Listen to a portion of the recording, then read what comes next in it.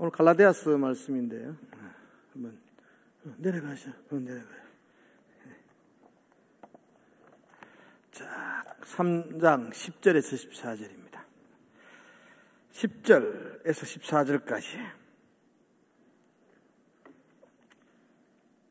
제가 먼저 10절 읽겠습니다. 물론 율법 행위에 속한 자들은 저주 아래에 있나니 기록된 바 누구든지 율법책에 기록된 대로 모든 일을 항상 행하지 아니하는 자는 저주 아래에 있는 자라 하였음이라. 또 하나님 앞에서 아무도 율법으로 말미암아 의롭게 되지 못할 것이 분명하니 이는 의인은 믿음으로 살리라 하였음이라. 율법은 믿음에서 난 것이 아니니 율법을 행하는 자는 그 가운데서 살리라 하였느니라. 그리스도께서 우리를 위하여 저주를 받은 바 되사 율법의 저주에서 우리를 속량하셨으니 기록된 바 나무에 달린 자마다 저주 아래에 있는 자라 하였음이라. 같이 읽읍시다. 이는 그리스도 예수 안에서 아브라함의 복이 이방인에게 미치게 하고 또 우리로 하여금 믿음으로 말미암아 성령의 약속을 받게 하려 함이라. 아멘. 선교 보고도 했고 그래서 설교를 간단하게 하려고 합니다. 그러나 내 뜻대로 안 되는 줄 압니다, 여러분들이.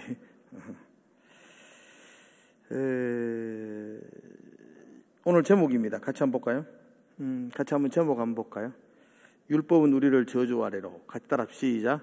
율법은 우리를 저주 아래로, 믿음은 우리를 의로. 한번 더 해볼까요? 시작. 율법은 우리를 저주 아래로, 믿음은 우리를 의로움으로. 그래서 쓰겠습니다. 10절의 말씀이거든요. 10절. 물론 율법 행위에 속한 자들은 저주 아래에 있나니. 저주 아래에 있나니. 이 말씀을 오랫동안 생각해 보았습니다. 율법 행위에 속한 자는 저주 아래에 있다, 이렇게 말하고 있어요. 율법 행위에 속한 자는 저주 아래에 있다고 말하는데, 그럼 율법 행위에 속한 자는 뭔가, 무슨 의미일까? 우리가 저주 아래에 있으면 안 되잖아요. 율법 아래에 있는 자, 율법 행위에 있는 자는 저주 아래에 있다 그러는데, 이 율법 행위에 속한 자라는 말이 무슨 뜻인가?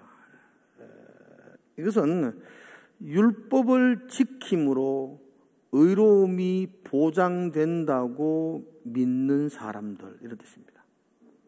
자, 즉 율법으로 의로워진다, 율법을 지킴으로 구원을 얻는다라는 생각을 가진 사람들은 저주 아래에 있다라고 말합니다. 이런 믿음, 이런 신념, 이런 확신으로 신앙생활을 하면은 그 사람은 저주에 떨어진다, 저주 아래에 속하게 된다라고 말합니다. 여러분은 어떻게 보실지 모르지만 저는 이렇게 읽으면서 제일 먼저 드는 감정이 좀 심한 것 아닌가. 율법을 지키려고 노력하는 사람들, 여러분 율법으로 의로워진다고 믿기에 율법을 지키는 일에 최선을 다하는 사람들. 여러분 율법이라 그러니까 좀 나쁜 거라고 생각하는데 율법이 하나님의 말씀입니다.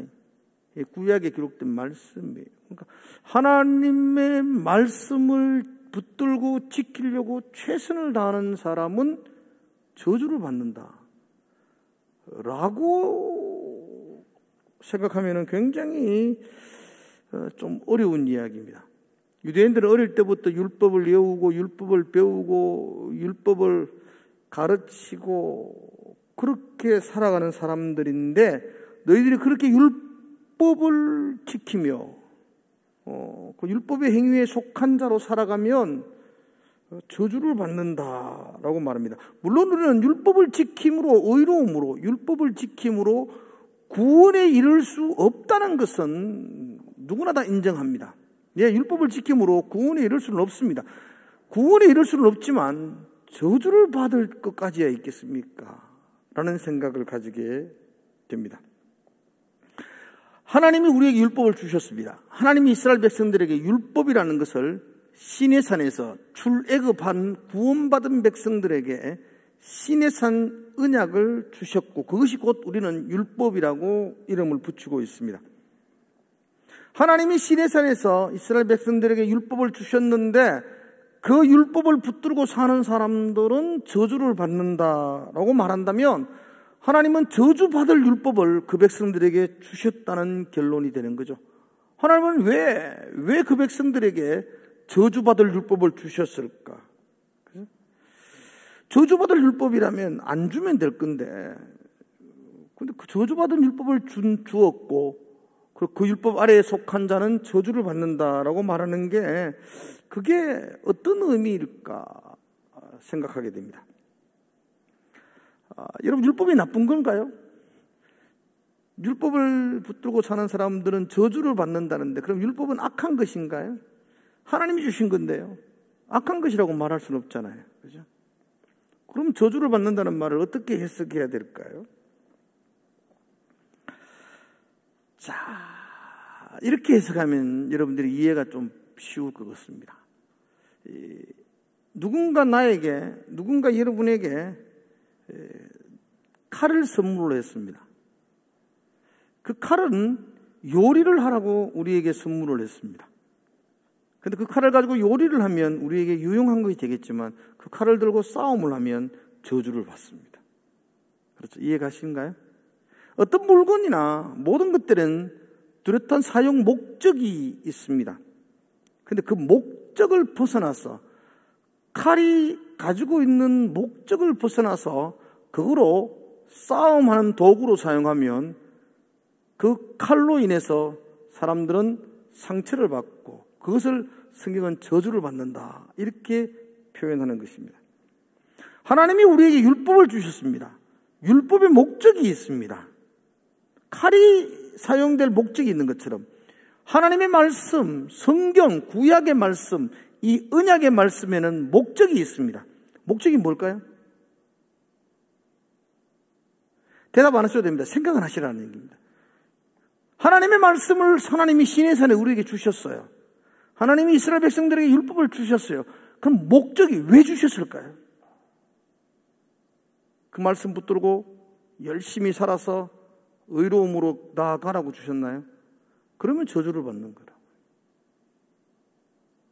율법을 주신 목적이 뭐냐? 로마서 3장 20절은 분명하게 이야기하고 있어요. 요라면 딱 떼야 되는데. 그렇죠. 자, 시작. 그러므로 율법의 행위로 그의 앞에 의롭다 하심 얻을 육체가 없나니 율법으로는 죄를 깨달음이라. 율법을 주신 목적이 뭐라고요?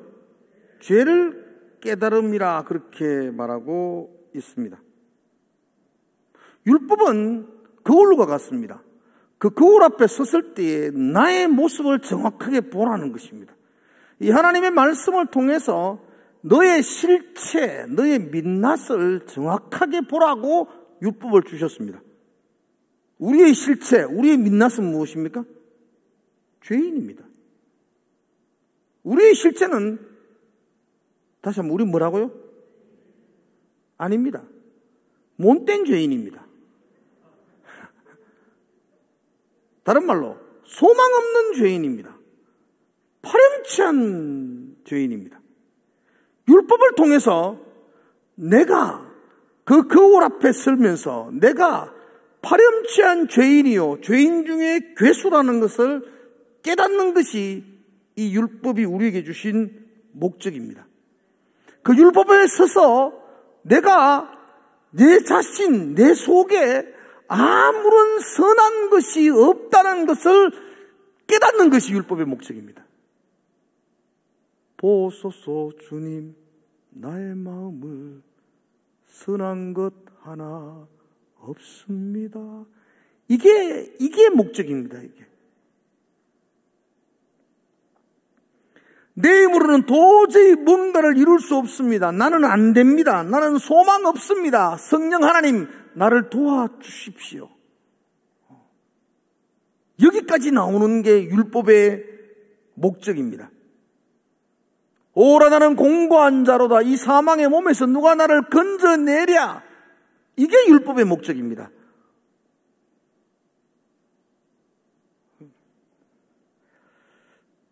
이것을 깨닫는 것, 우리 모두에게 이것을 깨닫도록 하는 것, 이것이 율법의 역할이요 목적입니다.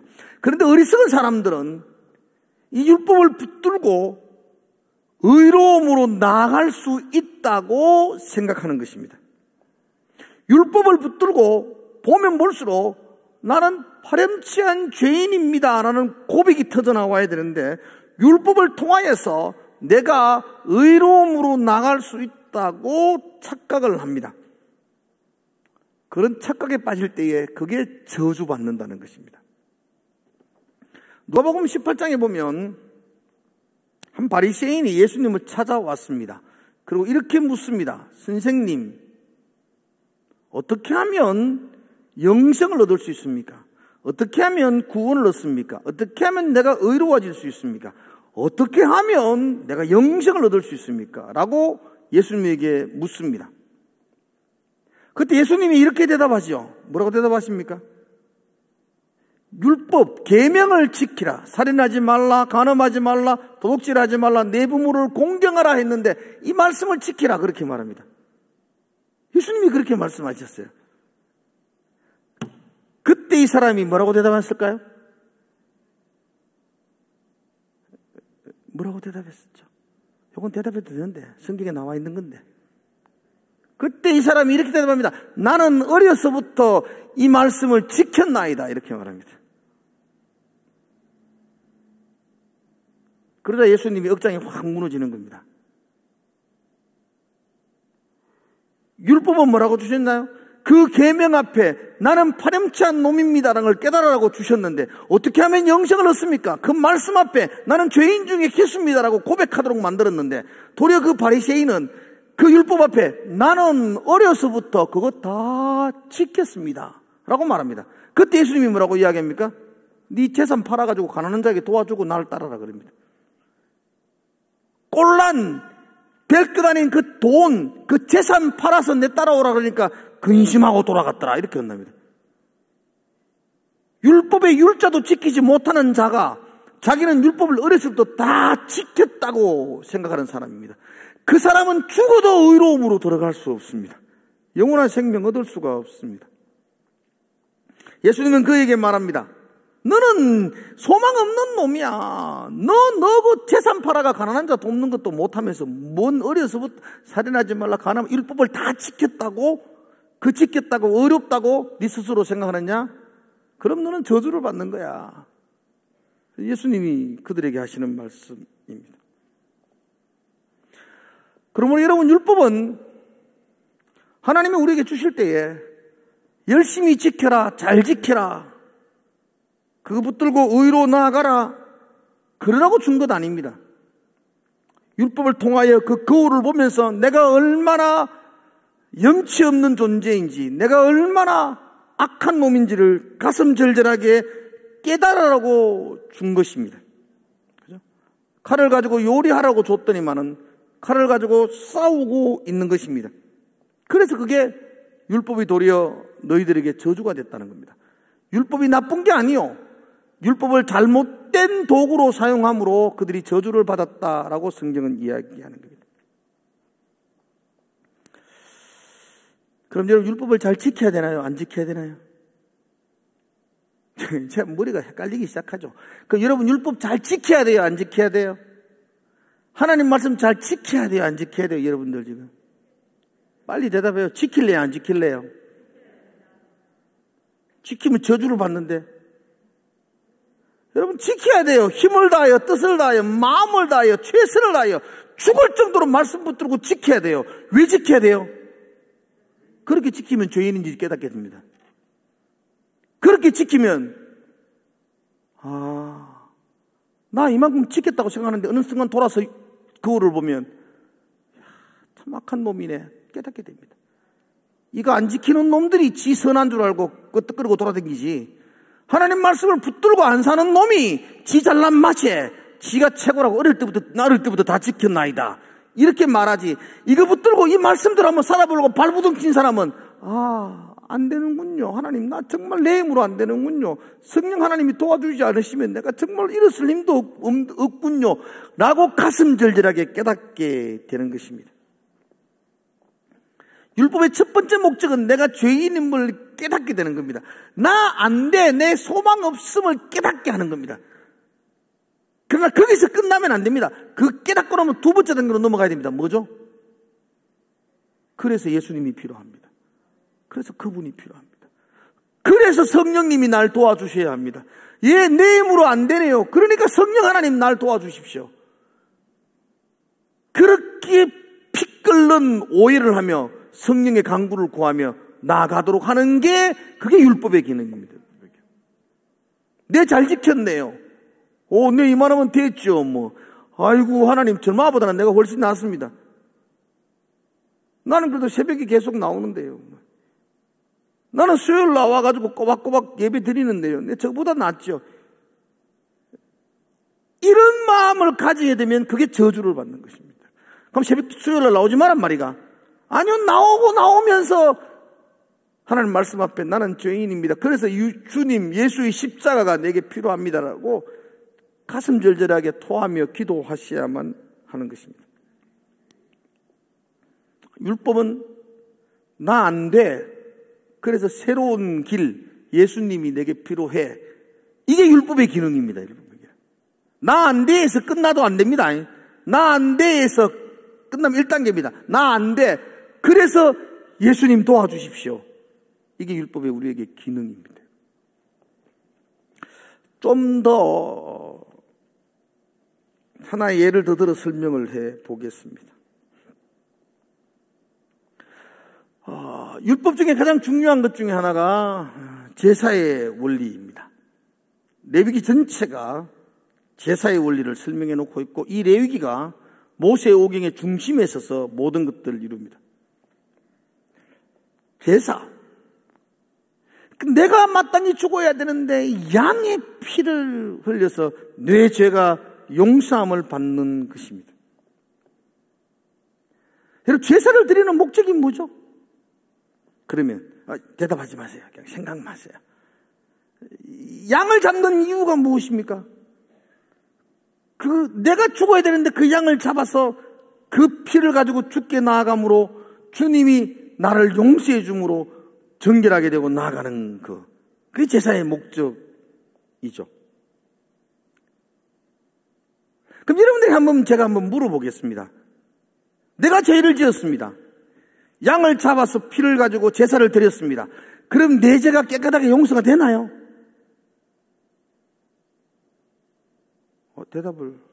이건 대답하셔야 됩니다. 내가 죄를 지었습니다. 양을 잡았습니다. 피를 가지고 주께 제사를 드렸습니다. 그러면 내 죄는 용서함을 받나요? 못 받나요? 받나요? 못 받나요? 마음대로 받나요? 받다가도 못 받다가도 그렇죠. 성경은 분명하게 이야기합니다, 여러분. 히브리서 10장 1절의 말씀을 여러분 보십시오. 히브리서 10장 1절. 자, 읽어봅시다. 시작. 율법은 장차 올 좋은 일의 그림자일 뿐이요 참 형상이 아니므로 해마다 늘 드리는 같은 제사로 나아오는 자들은 언제나 온전하게 할 수 없는. 제사를 드리면 우리가 죄 용서만 온전하게 된다요? 안 된대요? 안 됩니다, 여러분들. 양 한 마리 잡아가 여러분 죄 용서받을 것 같으면 양 계속 잡지. 양 계속 잡지 말라고 예수님이 죽어요. 양 계속 잡지. 양 잡아 죽인다고 우리 죄가 용서받지 않습니다, 여러분.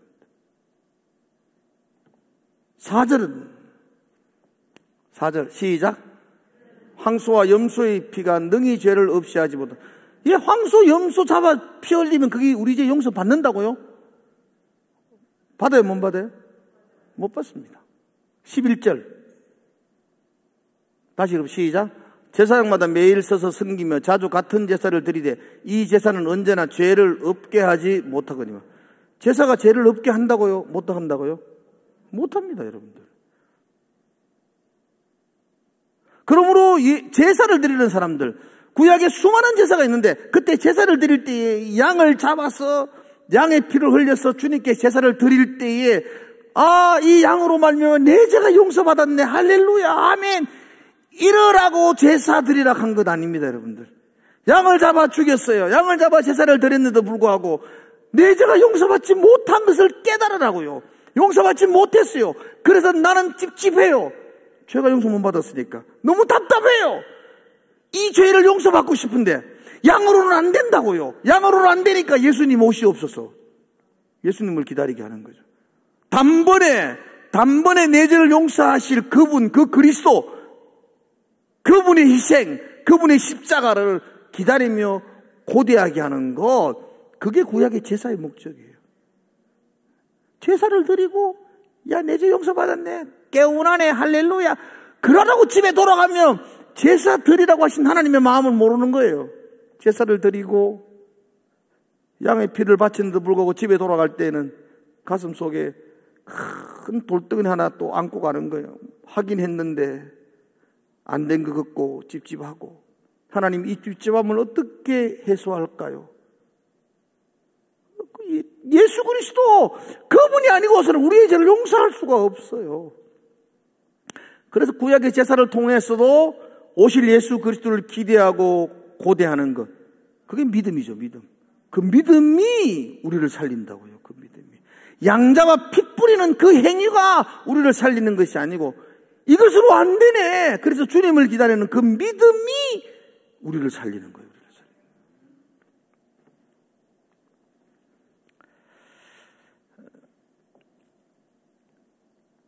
율법으로 안 된다, 제사로 안 된다, 이게 같은 맥락입니다. 그래서 끝나는 게 아니고 두 번째 단계, 그래서 예수 그리스도를 기다리게 하고 십자가를 바라보도록 하는 것, 이게 구약의 목적이죠. 자, 오늘 예수 그리스도의 십자가에 대한 이야기를 조금만 더 해야 될 건데요. 그래서 예수님은 십자가를 지시죠. 오늘 여기 보니까 나무에 달린다, 그렇게 말, 나무에 달린 자마다 저주를 받는다. 이게 신명기 말씀이거든요. 신명기 한번 21장 22절 23절 한번 보겠습니다. 신명기 21장 22절 같이 한번 볼까요? 시작. 사람이 만일 죽을 죄를 범함으로 내가 그를 죽여 나무 위에 달거든 그 시체를 나무 위에 밤새도록 두지 말고 그날에 장사하여 내 하나님 여호와께서 내게 기업으로 주시는 땅을 더럽히지 말라. 나무에 달린 자는 하나님께 저주를 받았음이니라. 이게 율법이죠. 신명기, 하나님의 말씀이죠. 나무에 달린 자마다 하나님께 저주를 받았다. 예수님이 십자가 졌잖아요. 나무에 달렸잖아요. 예수님이 나무에 달렸다므로 말미암아, 여러분, 그 유대인들이 예수님을 메시아로 믿지 않는 이유에 대해서 여러분 이상하게 생각하면 안 됩니다. 그 당연한 겁니다. 얘들은 신명기 이 말씀을 어릴 때부터 외우고 달달달 알고 있어요. 나무에 달린 자는 저주를 받았는데 저주받은 사람이 어떻게 메시아가 될 수 있냐는 거예요. 그들은. 그 예수님 메시아를 믿을 수가 없어요. 그들은. 그런데 왜 하나님이 예수님을 나무에 달았어요? 왜 저주받는 자라고 만천하에 공포하게 만들었나요? 왜 예수님이 저주받은 나무에 달렸어야만 했나요? 이건 못 깨닫는 거죠, 이건. 그죠? 왜 그랬을까요? 내 죄 때문이죠. 내가 달려야 되죠. 우리 모두가 나무에 달려야 되죠. 우리 모두가 죄로 말미암아 저주받은 자리에 놓여야 되는 거죠. 그래서 예수님이 대신 그 십자가를 달려 저주를 받으시면서 엘리 엘리 라마 사박다니, 하나님께 버림받잖아요. 저주받은 자잖아요. 태양이 빛을 잃지 않습니까? 하나님께 버림받아 저주받은 나무에 달림으로 말미암아 우리가 치료해야 될 죄의 대가를 그분이 대신 치루시는 거죠. 갚아주시는 거죠. 그래서 우리는 안 갚아도 되게 되는 거죠. 예수님이 갚아버리셨으니까.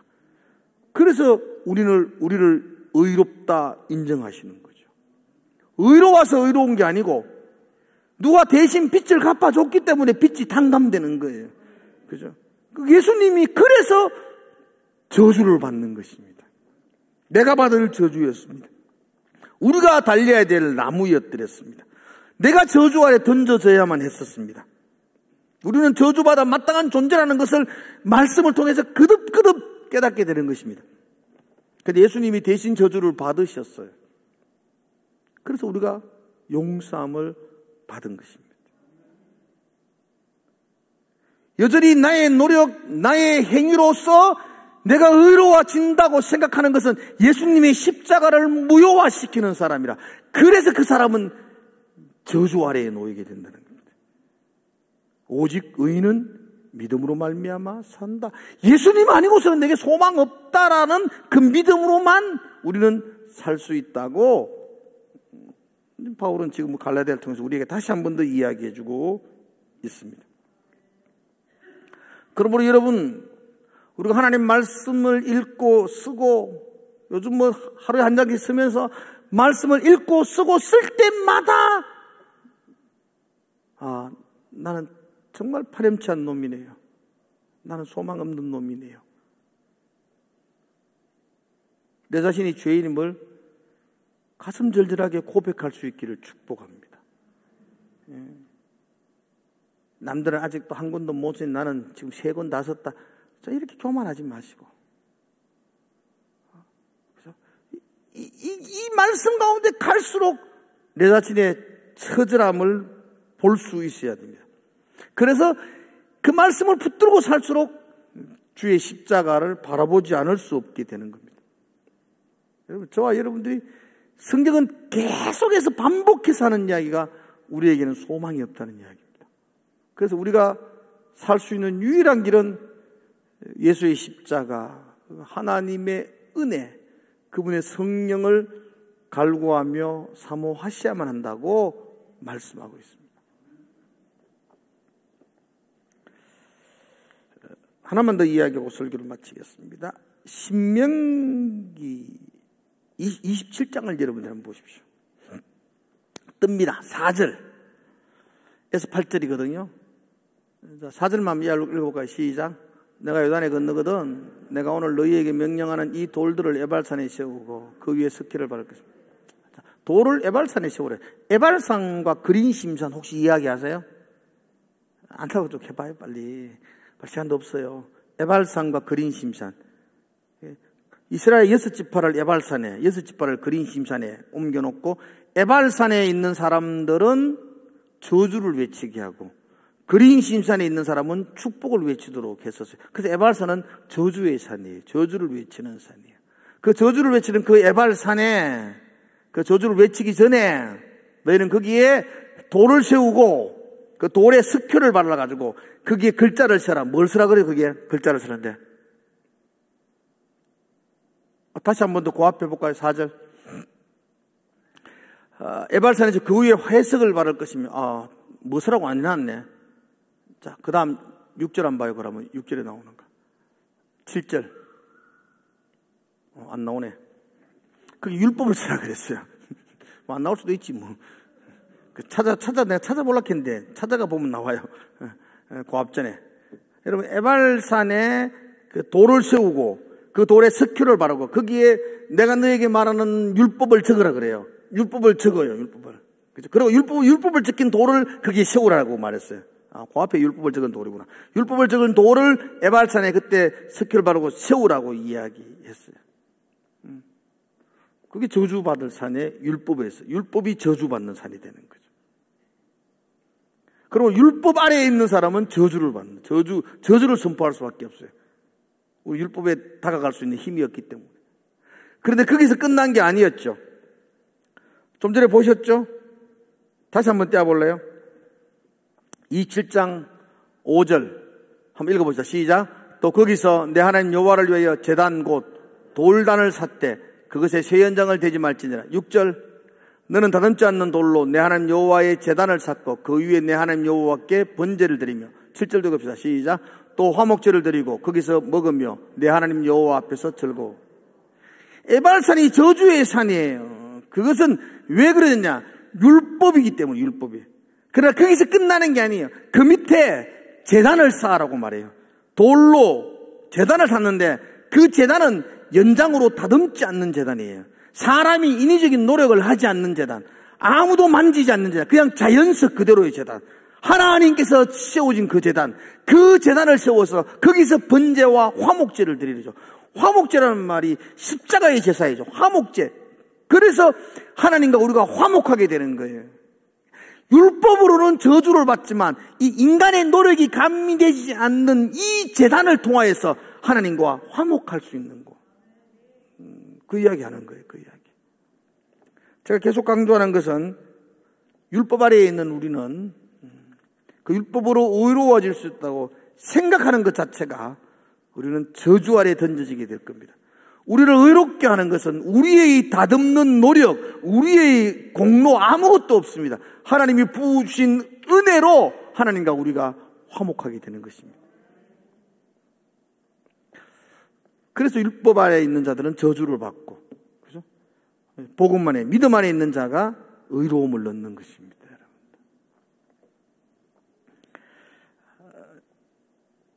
여러분, 말씀을 잘 지키십시오. 마음을 다하고 뜻을 다하고 힘을 다하여 지키십시오. 그럴 때 느낍니다. 아, 내가 죄인인 것을. 그리고 가슴 절절하게 십자가를 붙들게 됩니다. 이것이 우리가 살 길입니다. 율법을 지킴으로 내가 어려서부터 이것을 다 지켰나이다. 이쪽으로 나가면 저주를 받는다는 것입니다. 여호수아에서 마지막 부분 24장에 보면 그 여호수아가 마지막 설교를 하거든요. 마지막 그 여호수아가 이제 죽어요. 임종을 앞두고 그 이스라엘 백성들에게 마지막 피를 토하는 설교를 해요. 그죠? 그 15절이 그게 아이끼인데 저기 아닌데 그러죠. 그래, 한번 봐요. 만일 여호와를 15절은 뭐냐면 오늘날 너희가 섬길 자를 택하라 그렇게 말해요. 그리고 여호수아가 나와 내 집은 여호와를 섬기겠노라 그렇게 말해요. 오늘날 너희들이 선택해라. 나는 하나님 섬기겠다. 너는 누구 섬길래? 그렇게 말하잖아요. 너희가 아모리 신, 강 건너 신, 우상 좋으면 그 신 섬기라. 그러나 나와 내 집은 여호와를 섬기겠다. 15절 하반절을 떼어보세요. 하반절. 그죠? 나와 내 집은 여호와를 섬기겠다. 이게 보세요. 이게 여호수아의 그 피토하는 설교예요. 너희들 오늘 섬길 자 선택해라. 오늘 제가 설교자예요. 내가 여호수아입니다. 여러분들에게 이야기해요. 누굴 섬길지 선택하십시오. 하나님 믿을지 만몬신을 믿을지. 여러분 어디 선택할래요? 근데 여호수아가 그렇게 묻는 이유는 뭐죠? 하나님 안 섬기기 때문인 거죠. 하나님 섬기면 그런 거 물을 게 뭐 있어요? 그 이스라엘 백성들이 가나안 땅에 와가도 개차반처럼 사니까 모세가 막 너무너무 화가 나고 마지막 죽으면서 오늘날 너희들이 섬기자를 택해라. 나와 내 집은 여호와를 섬길 거다. 너희들이 만몬을 섬기든 아모리 족속을 섬기든 애굽의 신들을 섬기든 너희를 택해라. 마음대로 해라. 엄마가 자식에게 화가 나가지고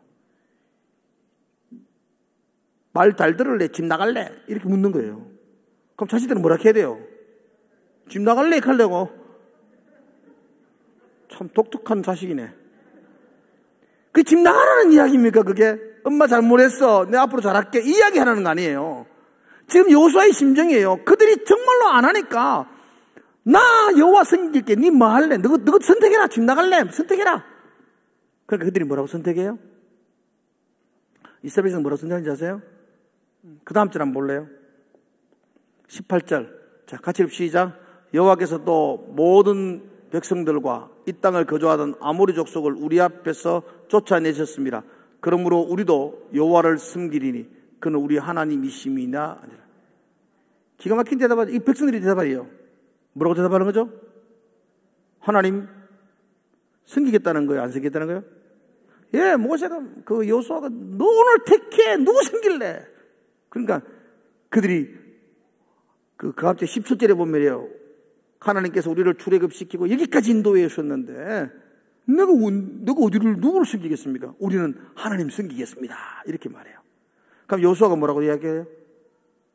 여러분 여호수아가 뭐라고 이야기할까요? 그래, 잘 섬겨라. 이렇게 말하겠죠. 근데 그렇게 말하지 않아요, 여호수아는. 19절, 그 다음 절이 19절이거든요. 19절 시작. 여호수아가 백성에게 이르되 너희가 여호와를 능히 섬기지 못할 것은 그는 거룩하신 하나님이시오 질투하신 하나님이라 잘못과 죄들을 사하지 않을 것입니다. 나 하나님 잘 섬길게요. 그러니까 여호수아 이 맥락을 보세요. 너희들 하나님 섬길래 이방 우상 섬길래 나와 내 집은 여호와를 섬기겠다. 너희 선택해라. 그래 백성들이 하나님 섬기겠습니다. 그래 여호수아가 뭐라 그런다고요? 너희는 나 못한다 자스가. 너희들은 못할 거야. 못할 거야. 너희는 못한다. 여호수아는 알고 있다고요. 그놈들이 안 된다고. 알고 있다고요. 그 위에 사사시대 넘어가잖아요. 사사시대. 완전히 폐역한 사사시대가 여호수아 죽고 바로 사사기에 넘어간다고요. 안 된다는 걸 여호수아는 알고 있다고요. 이게 남 이야기 아니라 이게 우리 이야기라고요. 작심삼일로 끝나는 우리 이야기. 주님만 섬기기로 다짐 한두 번 했나요 우리가? 안 된다고요. 그죠? 예배 시간에 안 잡은다고 몇 번이나 다짐했어요. 또 잡을잖아요. 안 된다니까. 안 되는 거 다 하나님. 우리 안 돼요, 안 돼. 우리는 안 되는 놈이라고요. 그걸 깨달으시라고. 성경은 반복해서 우리에게 말합니다. 이 안 될 놈이다, 이것들은. 이 소망 없는 놈이다, 이것들은.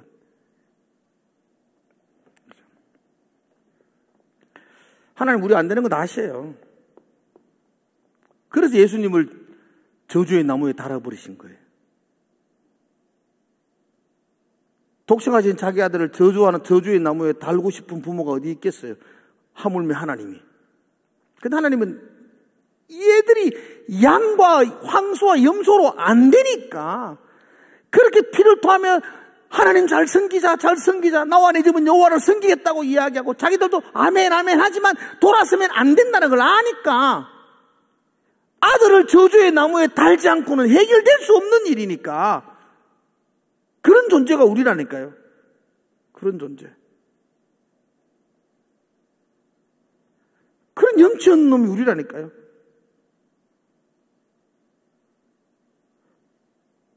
내가 뭔가를 잘못했으면 대가를 내가 져야 되잖아요.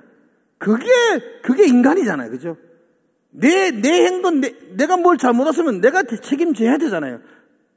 그런데 내가 책임질 수 없다니까, 여러분들은. 여러분들은 책임질 수가 없는 존재예요.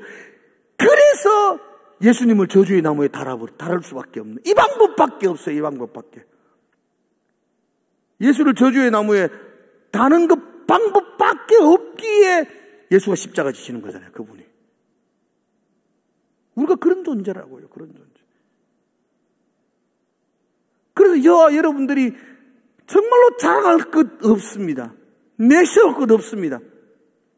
그래서 섭섭할 게 없어야 돼요.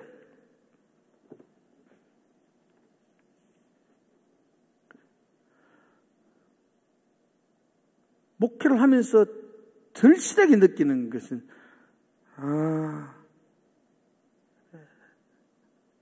인간은 아무것도 아니구나. 다 니나 내나 나쁜 놈이구나. 절실하게 느끼는 거죠. 그래서 주의 십자가 아니고서 소망이 없어야 돼요. 그럼 목회하면서 제가 섭섭한 게 있어야 돼요? 없어야 돼요? 내가 목회하면서 섭섭한 게 있어야 돼요? 없어야 돼요? 없어야 된다 계속해요. 빨리 제발 끝나거라. 없어야 돼요. 내 같은 놈이 여기서 이 과분한 은혜를 받는데 뭐 섭섭한 게 뭐 있어요? 근데 섭섭한 게 있을까 없을까? 있다니까. 이 파렴치한 놈이. 이 죽일 놈이라니까 이게. 누가 저를 향하여 비난을 할까 안 할까? 하죠. 목사가 뭐 저러냐고. 그런데 해요. 여러분 안 하지만 하는 놈 있어요. 저기서 못된 놈 묻었어. 그런데 그 놈이 날 비난하는 것보다 내가 더 나쁜 놈이라는 걸 아시에요? 그럼에도 불구하고 나는 그 놈을 향해서 저기 저럴 수가 있나 속상해 한다는 걸 아셔요? 이게 대책 없는 인간이라니까요. 그보다 더 나쁜 놈이 내라니까요. 그보다 더 나쁜 놈이. 그런데도 불구하고 섭섭하다니까요. 섭섭할 게 없어요. 감사할 것밖에 없지.